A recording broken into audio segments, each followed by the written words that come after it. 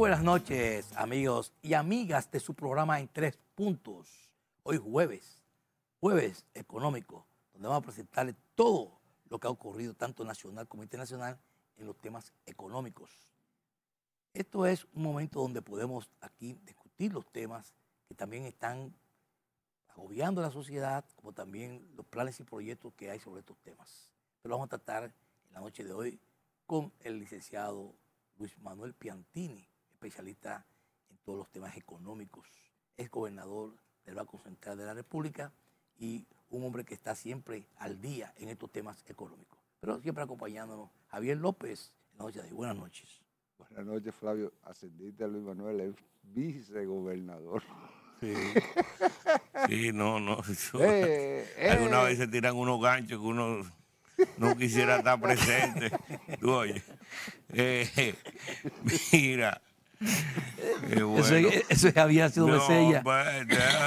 Ha sido Mesella. Bueno, mira, estamos en tiempo caliente. Mira. Sí. Estamos 14 de agosto, fecha gloriosa. Bueno, pues buenas noches y pueblo dominicano, mi querido pueblo.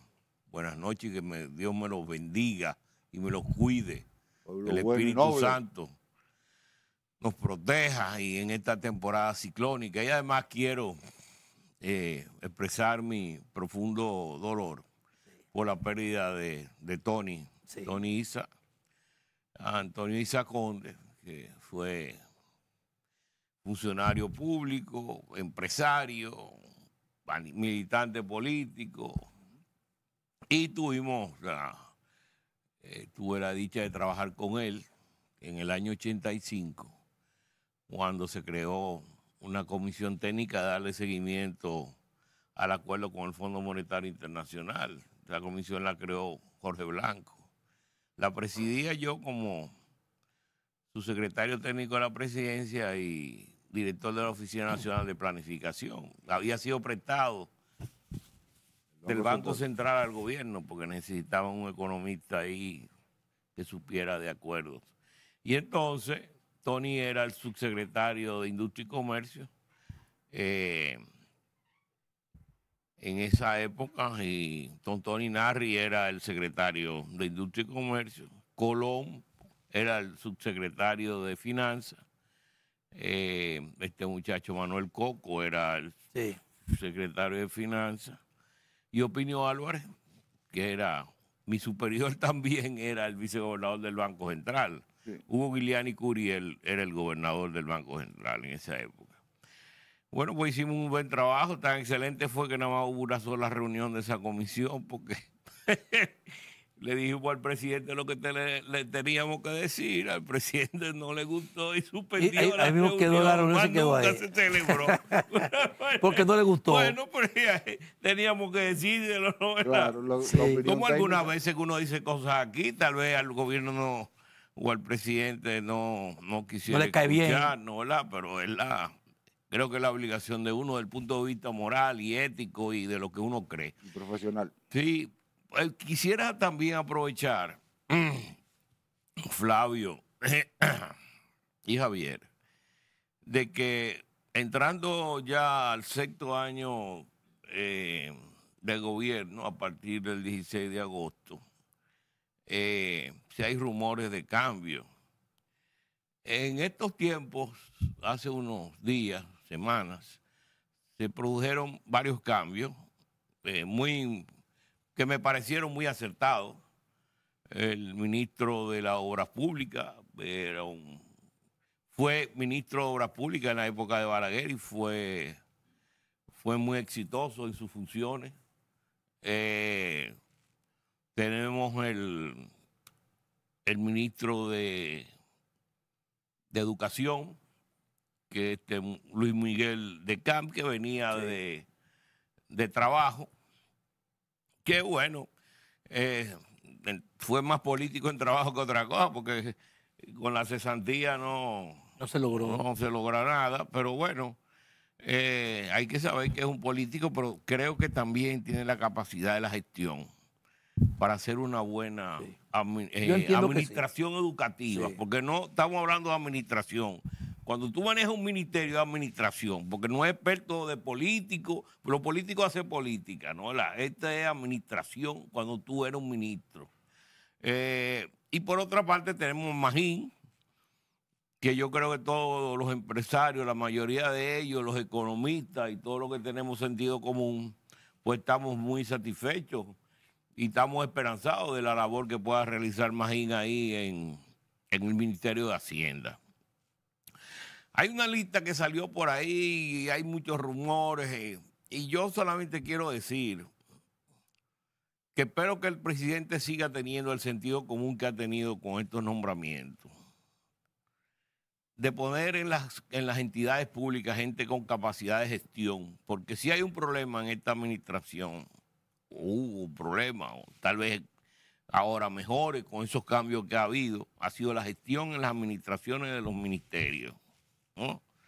Y el que ha dado la cara siempre ha sido el presidente. Pero esa no es la función, cada ministerio tiene responsabilidad con su ministerio.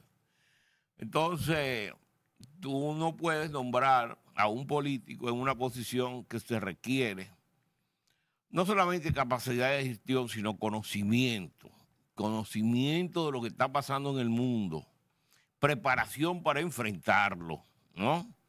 Y habiendo tenido una carrera dentro de esa tarea, dentro de ese tema. Hay otros que son simplemente administración, como un administrador de un hotel puede administrar un hospital. Bueno, no tiene que ser doctor para administrar un hospital. El doctor puede ser el director técnico y hay un director administrativo, que es el que maneja el hospital desde el punto de vista de la gestión.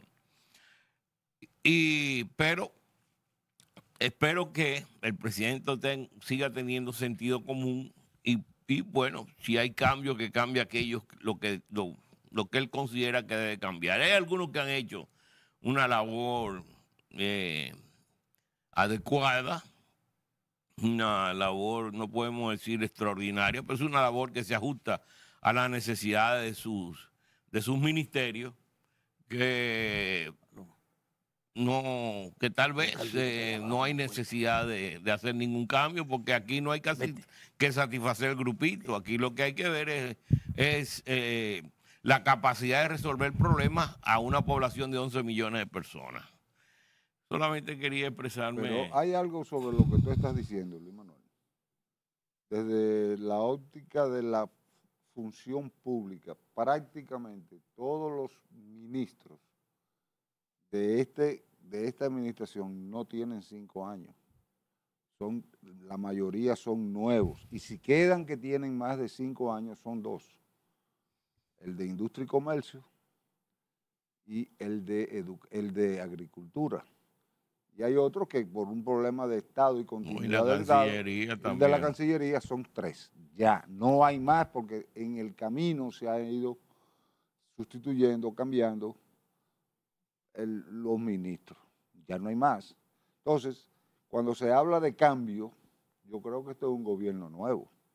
Y hay que esperar el próximo sábado, que es 16 de agosto, a ver si esos 3 que son los únicos que quedan, van a ser cambiados.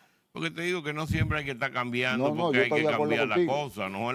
Porque Trujillo cambiaba, entonces el otro seguía cambiando. No, señor, usted tiene su estilo. Claro. Y usted lo hace si usted considera que es necesario, ¿no? Simple y llanamente. Claro. Pero no di que porque la población está esperando un circo. No, aquí no estábamos en Roma para el circo romano, ni nada de eso. Ni el pan ni el circo. Aquí se acostumbró a que cada fecha patria había que hacer cambios. Y no es verdad, no necesariamente. Balaguer implementó eso. Aunque ya ese modelo se ha ido variando, donde los presidentes, o que son los que toman las decisiones, ya están nombrando antes o después de las fechas patrias, para evitar precisamente la especulación, el nerviosismo y el recogimiento de los escritorios de todas las cosas personales de los funcionarios. Porque se ha demostrado que en los momentos donde hay fechas de esas patrias de cambios o de que pueden haber futuras posiciones variadas, pues lo que hace es que disminuya rendimientos de los funcionarios, claro, porque están atentos a qué puede pasar, entonces dejan de hacer la labor de sus funciones. Hoy el presidente de la República, en la inauguración de la circunvalación de Baní, dio a conocer, y de Asua, toda esa zona ahí, dio a conocer que él está trabajando, que él no está en política, él es el que está en trabajo. Le dio a conocer a sus funcionarios, a todos. Es decir, le está diciendo en un metamensaje de que realmente todo el mundo lo que tiene que dedicarse a trabajar en el gobierno. Yo creo que el gobierno de Luis Abinader, ahora en estos 3 años que le falta, él se va a ocupar de tener un tren administrativo en su gobierno donde entiendas que los funcionarios son los que tienen que resolver y dar la cara. Porque prácticamente la defensa del gobierno lo ha hecho el presidente. El mismo presidente. El presidente que ha tenido que defender su gobierno, demostrar cada una de sus presentaciones los lunes, que lo ha hecho ya como un hábito, de decir lo que está haciendo, de demostrar y contestarle a los propios políticos cuando deberían ser los funcionarios que están en sus posiciones, los que tienen que también cada quien estar a la vanguardia y estar presto a responder a las situaciones que se están criticando al gobierno, o que prácticamente como un mensaje o un propósito de la oposición es eso. La oposición es atacar. Entonces tú tienes que tener un equipo de defensa que prácticamente es como el juego de fútbol. Si no, te van a meter un gol de media cancha. Entonces hay que entender que el presidente ya tiene que descansar de estar defendiendo su gobierno y tener gente que lo respalde. ¿Entiendes? Que lo defiende. Sí, o sea, se supone que es un programa económico, pero yo creo que eso es parte de la economía. Es parte de la economía. Es una parte de la economía porque, por ejemplo, no se le pide al gobierno que resuelva todos los problemas que tiene este país durante los últimos 200 años que se han ido acumulando. Porque el desastre que hay en esta ciudad ha sido un desastre acumulado de hace muchos años, de los gobiernos que no hicieron nada. Entonces tú no puedes pedirle a un presidente y a un gobierno que lo resuelva, pero sí de irlo resolviendo. Tú lo que no puedes es decir que vas a hacer tal cosa y no hacerlo. Ahí sí. Porque, mira, hay muchas obras comenzadas, muchas obras dichas. El otro día estuve yo viendo... Pero eso tú lo vas a decir después que vayamos a la primera pausa comercial y después que regresemos, tiene toda la palabra. Vamos arriba. Bien, ya de regreso vamos a brindar, vamos a refrescar el momento con un sabroso jugo de naranja 100% de rica. Este es con azúcar, es sin azúcar y con azúcar. Pero para variar, nosotros aquí vamos a brindar con la calidad. La calidad representa ese sello de garantía que tienen cada uno de los productos de Rica en calidad que es invariable. Su calidad es invariable en todos los momentos. Salud. Salud. Así es. Yo quiero felicitar en el día de hoy al presidente de la República por la inauguración de la tan esperada, deseada autovía de circunvalación de Baní. Ya con esa autovía se completa lo que era un pedir, un soñar de todo el sureño, que era la circunvalación de Baní y la circunvalación de Asua. Ya eso, para lograr el objetivo de bajar Pedernales de 6 o 7 horas, se está logrando paso a paso. El presidente también anunció en el día de hoy que van a continuar haciendo o ampliando lo que va a ser la carretera Baní-Asua, que también es un cuello de botella en ese trayecto. Yo felicito que ya por fin los sureños tengamos esa autovía o esa circunvalación para ver si el turismo, tanto de Pedernales como de Barahona, como del mismo Baní, despegan. Porque incluso esa circunvalación de Baní pasa por o acerca lo que es el proyecto madre de que se está realizando en Baní, que es Punta Arenas. Y eso va a traer desarrollo a la zona del sur. No, y los viñedos esos donde yo estuve ahí, En pues Neiva. también ya el amigo, el querido amigo Miguel Franjul va a respirar porque ese hombre sí luchó por esa autovía. Sí, es cierto. Por esa circunvalación. Sí, O sea, imagínate tú, o a ustedes y los amigos televidentes, que cuando uno tomaba lo que era el trayecto para más allá de Barahona, en la década de los 70, tú pasabas por el centro de los pueblos, el centro del Baní y el centro de Asua. Hasta ahora, pues yo, No, la y última vez yo todavía pasé al día por de ahí. hoy, todavía al día de hoy, tú cruzas por el centro. Incluso por el centro de Baní, tú pasas por el mercado de Baní para continuar hacia Asua. Oye, el mercado de Baní es una ciudad con tanta vivencia, con tanto comercio, que te trazaba 3 horas. Solamente pasar por lo que era el mercado de Baní. En el mercado de Asua también, o sea, era el centro de los pueblos que uno cruzaba. Ya, gracias a Dios, eso va a ser mínimo para llegar a Barahona. Tú vas a eliminar 2 horas de trayecto en el tiempo. Mira, estábamos hablando de las cosas que señala el gobierno que va a realizar. Ajá. Y hace una presentación con Bombos y platillos. Y al final no sucede nada. Hay un periódico, no sé cuál, de por la mañana, que lo numeró qué sé yo cuánto. Ese es el problema de los gobiernos, que tú no te puedes poner a estar hablando cosas y adelantarte a situaciones para crear expectativas que después no se cumplen. Correcto. Porque ahí es que baja la presión del gobierno mantener a la gente en esperanza y en realizaciones. El otro elemento es, para terminar este tema, es las entrevistas semanales del presidente. El presidente, porque una cosa era la entrevista de AMLO, estaba leyendo a alguien sobre eso, que era controversial, porque ese tipo era un pelotero diario, ¿tú entiendes? Un boxeador diario. Sí. Entonces él mantenía en eso, ¿no? Y México, tantos problemas que tiene, una ciudad, un país tan grande con tantos habitantes, ¿tú entiendes? Y además ya era un tipo ya que enfrentaba al sistema. A su propio sistema lo enfrentaba, ¿tú entiendes? Entonces tú tenías pues el presidente no puede ponerse toda la semana porque la gente se cansa, no le presta atención ya, ¿tú entiendes? También para tratar de presentar logros se pone a decir una cifra.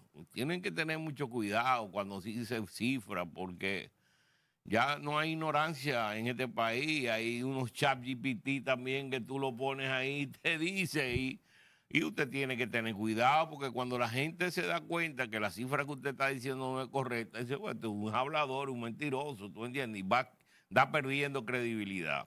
Entonces tiene que cuidarse de esos números que él da algunas veces, que no sé, quién tiene que habérselo dado a él, ¿no? ¿Verdad? Porque no se pone a hacer números. Y entonces verificar con mucho cuidado y algunas veces ni hasta decir números porque son conflictivos. Pero bueno, en eso estamos. No es que se pone a enumerar o decir cifras que quizás no son las reales lo que tú estás diciendo, como también anunciar obras que no se realizan. Entonces, ahí está el asunto de las escuelas. Aunque el ministro dice que van a terminar qué sé yo cuánto, los otros dicen que no, pero es verdad que le dejaron un tollo, que cuando este gobierno cogió el gobierno, un tollo igual que el gobierno de Salvador, que lo critica mucho. El gobierno de Salvador cuando encontró un gobierno totalmente quebrado. Totalmente quebrado. O sea, el gobierno de Salvador no había recursos externos, no había reserva, el sector público del gobierno estaba prácticamente sin recursos, no había recursos libres para él poder ejecutar su programa. Eso y tuvo que significa... entrar inmediatamente en un acuerdo con el Fondo Monetario. ¿Quién quería en esa época entrar con un acuerdo con el Nadie, Nadie. pero estaba forzado, ¿entiendes? A pesar de todo eso, el gobierno menos trascendental de lo que ha ocurrido ha sido de Salvador Ole Sin Blanco. embargo, fue el que comenzó la reforma. Toda esta reforma de lo que nosotros estamos disfrutando ahora, lo comenzó Salvador. Ahí voy. Hay gobiernos que se caracterizan por obras públicas, por instituciones, institucionalmente hablando, como dice Luis Manuel, en el fortalecimiento de las instituciones. Son gobiernos hacia adentro para hacer un Estado fuerte. El primer gobierno que yo recuerde que tenía características de institucionalidad en todo el sentido de la palabra fue el de Jorge Blanco, aunque no hizo una obra pública que uno recuerde, pero fue el primero que comenzó a amarrar todo lo que iba a ser la institucionalidad. Institucionalmente hablando, fue el mejor gobierno. Bueno, pues por eso cuando yo hablo de desarrollo, hablo y digo que todos los gobiernos que se han sucedido han aportado al desarrollo. Todos, a su uno más de que otro, claro. pero todos han aportado porque la bonanza que tenemos hoy día, la plenitud que tiene y la plenitud que tiene de desarrollo el gobierno, el Estado, ha sido por el aporte que han hecho todos los gobiernos, poco o mucho, pero han hecho todos, para lo que hoy día estamos viviendo en la modernidad. Mira, uno de los problemas, uno lo ve a este gobierno, es la similitud con el gobierno de Antonio Guzmán y de cómo terminó el gobierno de Antonio Guzmán. Porque lo que tenemos memoria histórica, que no la tiene este país, vivimos brincando cuando vemos algunas actuaciones que uno dice, bueno, pero la similitud y lo que pasó antes nos lleva a tal resultado. Claro. ¿Entiendes? O sea, en una situación también de incertidumbre internacional como esta, tú no puedes permitirte tener un gobierno con escasez de recursos, tanto doméstico como externo. O sea, es verdad que se han acumulado reservas, pero la demanda de recursos que hay por parte de los depósitos en dólares que hay en los bancos comerciales prácticamente casi similar a lo que hay en reservas internacionales. Así es. Vamos a la pausa para continuar con el desarrollo de este programa porque realmente son temas que están ahí y temas que realmente hay que verlo de la parte positiva también, porque a veces no es atacar los gobiernos, sino qué ocurre dentro de los gobiernos, que muchas veces no se pueden dar las cosas o la planificación que se tiene. Vamos arriba y regresamos. Bien, continuando con el desarrollo del programa, conversando lo que ha sido todo este proceso en el manejo económico del país, los presidentes que se han sucedido y los que también han antecedido. Adelante, licenciado. Sí, bueno, hemos tomado la celebración del 5º aniversario del gobierno para hablar de estas cosas, ¿no? Correcto. Pero también un elemento que me interesaba a mí poder era con relación a lo que se habló del programa 2036. Sí. Que se pensaba duplicar el Producto Interno Bruto en términos per cápita, o sea, por habitante. Uno habla de per cápita, la gente no entiende mucho de eso, pero tú tomas el Producto Interno Bruto total, 100, lo divide entre los habitantes que haya en una casa, entre 100 habitantes te da $1 peso por habitante, ¿no? Entonces eso es lo que pasa, que piensan duplicar. Ahora, para tú duplicar eso, tú tienes que tener inversiones. Y si tú no tienes capacidad de invertir, ¿cómo lo vas a duplicar? Aquí nosotros no hemos criticado el gasto corriente, pero aquel gasto corriente que uno sabe que está duplicado. Por ejemplo, no es posible que tú hables y el presidente habla de que han reducido la pobreza con 2 millones de personas y que ha bajado de un 34, 39 que había, lo ha bajado ahora a 18, y los subsidios se hayan triplicado, porque ahora en vez de ser 18, tú le das subsidio al 50% de la población. ¿Y cómo es posible que haya 18% de pobres y tú le des al 50%? Está subsidiado. Entonces ahí hay un problema que usted tiene que arreglar, porque no es posible eso. Ahí hay un problema serio. Eso contribuye al déficit fiscal.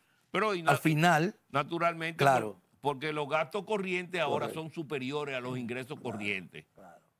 Primer gobierno de hace muchos años en que los gastos corrientes son. Pero no es que uno critique, por ejemplo, el gasto corriente en educación, ni el gasto corriente en salud. En educación se critica porque ha sido un gasto corriente ineficiente. Pues se supone que es un gasto de capital para el desarrollo de los recursos humanos, que es esencial para un país.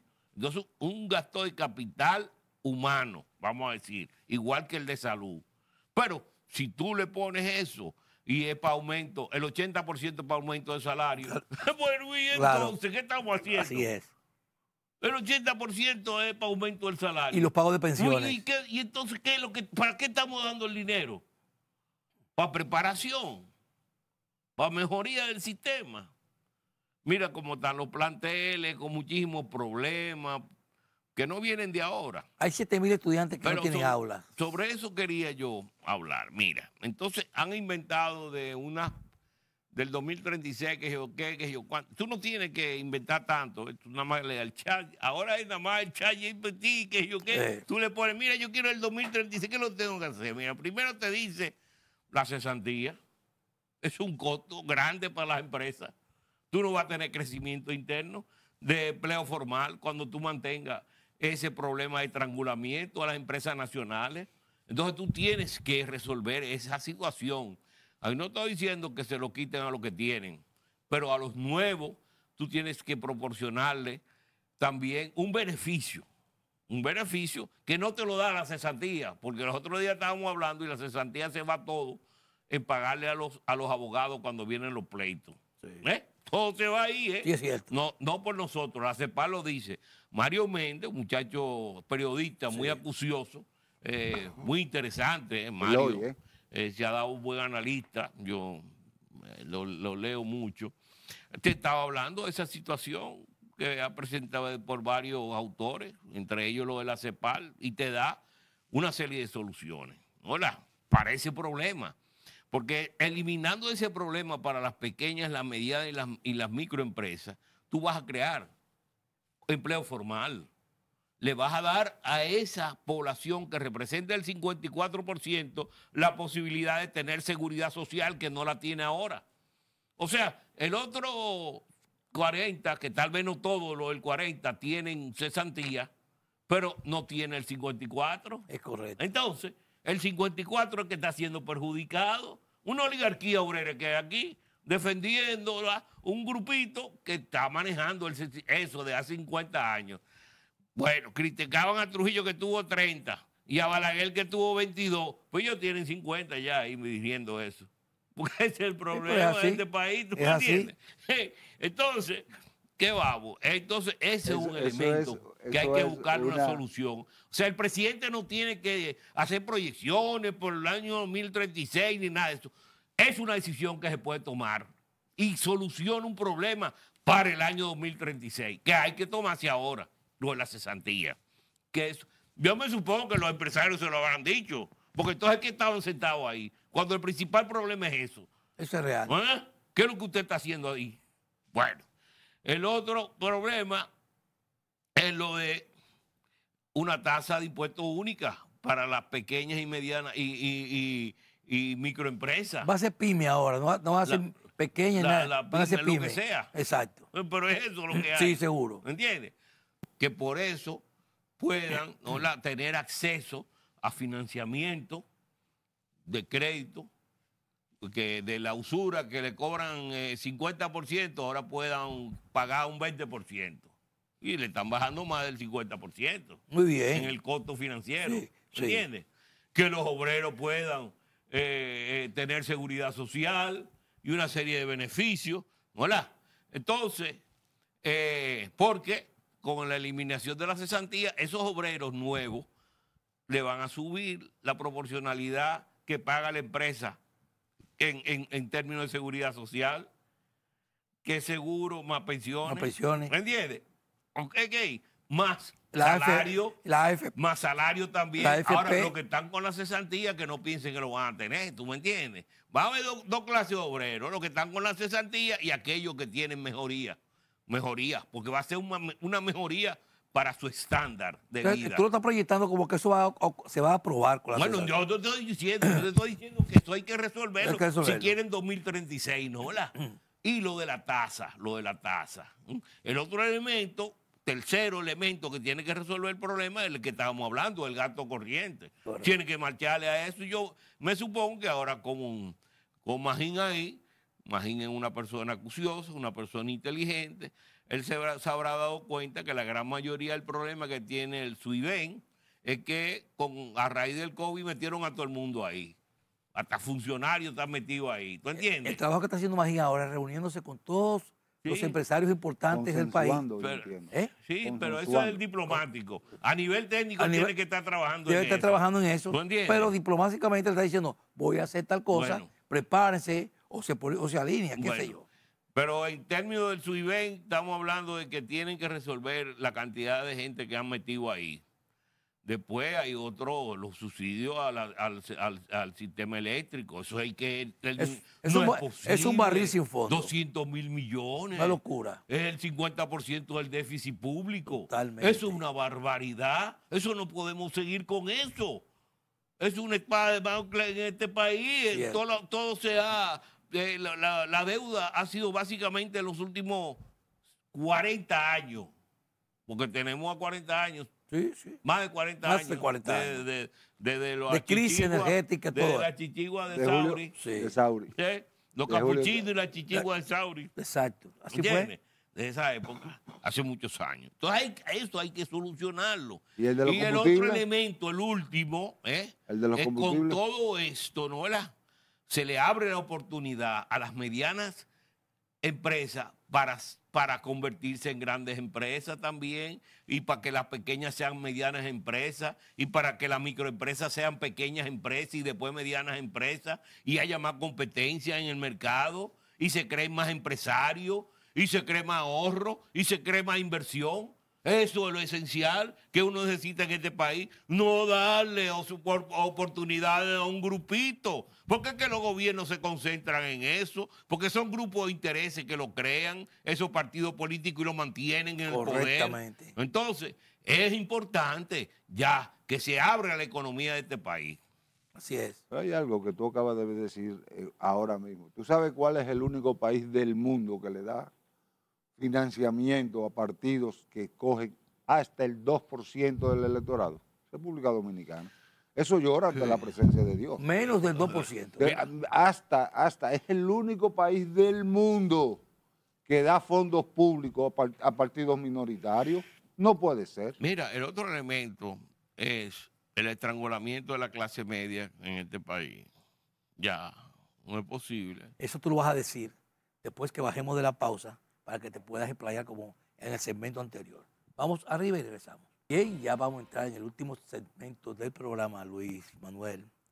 Bueno que tú nos sigas dando esas orientaciones ahora en el 5º año del gobierno del Partido Revolucionario Moderno, encabezado por su presidente Luis Abinader, que ahora mismo está exponiendo todo lo que ha hecho en todos estos 5 años. Ha dado un programa de todo su accionar dentro del gobierno, diciendo de crecimiento económico, de crecimiento en cuanto a lo que ha sido la tarea en salud, en educación, que lo dio a conocer. Ahora me gustaría que tú también pudieras darnos algunos detalles sobre esos temas.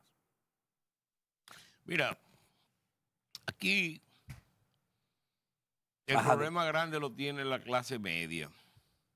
¿Sabes que el populismo se basa mucho en la hipocresía, la justicia distributiva, que el progresismo, para ellos, Sí, porque se habló de Como esas- lo tenía Fidel, que hablaba de que yo qué, pero tenía una casa en una islita de los Cayos para que nadie supiera de- que estaba ahí, que estaba ahí. donde vivía como un rey y un faraón, ¿no? Sí. Pues esto es lo mismo, ¿no entiendes? Ahorcar a la clase media. ¿Qué? Cuando tú estás en una barriga, con el niño en la barriga y te van a decir, mira, cuando tú nazcas, tú vas a ser clase media, tú vas a decir, si tú tienes un GPT ahí adentro, tú vas a decir, no, No te me metas. saquen de aquí, no me saquen de aquí, porque el pobre, no es verdad, no es verdad, es verdad. La clase, el tipo se hace profesional, ¿verdad? Se esfuerza en su trabajo, se quema la pestaña. Pero entonces es el que más paga impuestos, ¿no? El que tiene que estar saltando de un empleo al otro para poder rendirle a su familia. Es el que no tiene boticas populares, ¿no? Que los medicamentos están por las nubes, al que no le dan comedor económico, que tiene que comprar la comida en el supermercado carísimo. O sea, la clase media aquí es la estrangulada. Entonces, cuando tú vas a hacer una reforma fiscal, no hay que aumentar más impuestos. Pero ¿y quién paga aquí los impuestos? Pues, ¿tú te acuerdas que Trump, los ricos, Sí, uno de los más ricos en los Estados Unidos, estamos hablando al público, no pagaba casi impuestos porque tenía su ejército de contables, de auditores, de expertos fiscales que le decían, mire, por aquí es que dice la ley, que no, que pagan pidaero, y al final no pagaba. Pero la clase media no, porque tú eres un individuo que te lo cobran todos los meses. Más, a ti te cobran lo que no te debían de cobrar. Porque la ley dice que a tu salario, ¿no, verdad? Deflactado, lo tienen que deflactar para cobrarte. Y a ti no te lo deflactan. Te cobran por el valor nominal.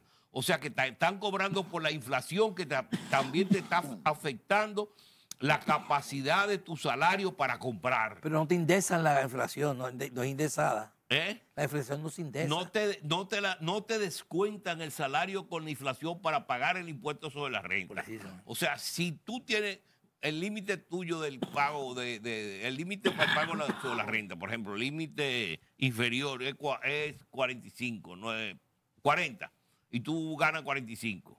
Pero ¿qué pasa? Que la inflación ese año fue un 20%, te tienen que aplicar un 20%, serían 8%. O sea que te lo tenían que aplicar, ya tú estarías por debajo de los 40 y no tendrías que pagar impuestos. Pero como no te lo aplican, tú tienes que pagar impuestos. ¿Entiendes? Sobre los 45. Y no dejar de pagar impuestos porque si te lo descuentan ya sería 37. ¿Entiendes? Por debajo de 40. Por debajo de 40. Y eso no se hace aquí. Y el que paga impuestos aquí en los salarios son la clase media. Clase media baja, clase media media, clase media alta, clase media como tú quieras. Eso están estrangulados en este país. ¿Tú entiendes? La inflación a eso es que más golpea. Porque los de abajo le dan casa, le dan solares, le dan bonos, le dan de todo. Pero que se preocupa por mantener Pero un ¿a quién se lo estatus. quitan? A la clase media. Porque se preocupa por mantener un Entonces, estatus. tú pagas más y te lo quitan más. Claro. ¿Para qué? Y no te dan nada. Óyeme. No, hombre. Al contrario, te castigan. Porque realmente todo sobrecae en la clase media. ¿Tú te acuerdas que los movimientos revolucionarios de los años 60, 70, surgían de la clase media? Claro, ahí era el caldo de Porque es cultivo. que la clase media es la que se siente oprimida y en un momento determinado explota. Aquí lo que hicieron la revolución en el 65 fue clase media. Y Y a Trujillo también, cuando Trujillo, quienes se hicieron los movimientos en contra de la dictadura, fue clase media. Sí, lo de abajo del 14 de junio, Claro, porque por lo que eso. lo mataron fueron la clase alta, que eran trujillitas. Era Trujillete, se volvieron casi. trujillitas Claro, después. Bueno, exactamente.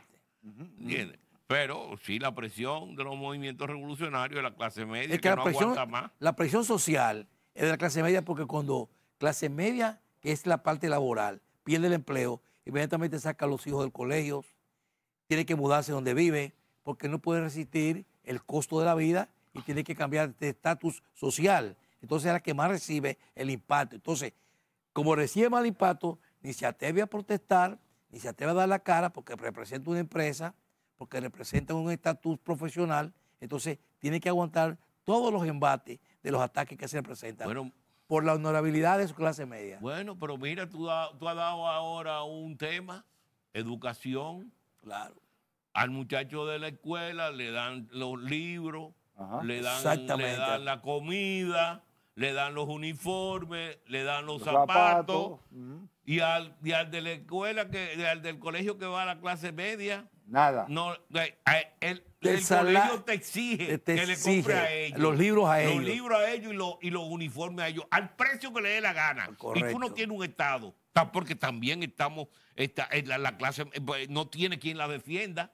Bueno, porque ahí vi que unos estados que están para defender en contra de los precios, de los abusos de precios que hay aquí, por ese tipo de situaciones que se dan, en que te obligan a hacer cosas que no hay obligación de hacerlo, porque no debería ser en un estado libre, de libre mercado. ¿Tú me entiendes? Entonces te obligan y entonces esa clase media tiene que pagar esos precios. Mira, esta mañana yo voy al supermercado, el precio, no voy a decir cuál es el supermercado, pero me pasó. El precio, estaba comprando víveres, ¿verdad? De esos que venden en funditas. Yo solo no voy a pelar el plátano ni la yuca. Entonces tú compras esos víveres, ¿no? Que están pelados en una fundita, ¿no? Tienen su número ahí por libra, lo que cuesta. Bueno, pues eso no coincidía con lo que decía la máquina. Prácticamente duplicaba el precio que decía la fundita. Es correcto. Pero por Dios. Por eso dicen que el crecimiento de un país, tú lo mides por el desarrollo de su clase media. Pero por Dios, ¿qué desarrollo vamos a tener nosotros? Y lo primero es el desarrollo de la honestidad. Es correcto. Y de la decencia, de la educación. Mire ese tránsito. ¿Tú crees que es un país que en el 2036, porque duplicamos qué? ¿Por qué es lo que vamos a duplicar si ni tenemos inversión y ni tenemos para cabeza de educación para sabernos comportar en la calle como debería ser? Tremendo. Este tema tenemos que seguirlo en otro programa porque realmente son las realidades que se presentan en la economía de un país. Sin embargo, muchas veces no se tocan estos temas. Vamos a continuar, Manuel. Gracias por tus expresiones, tus orientaciones. A ustedes solo resta decirles, pásenla bien. Mañana estaremos en nuestro programa en 3 puntos, llevándole a ustedes comentarios, temas y también invitados. Hasta mañana. Buenas noches.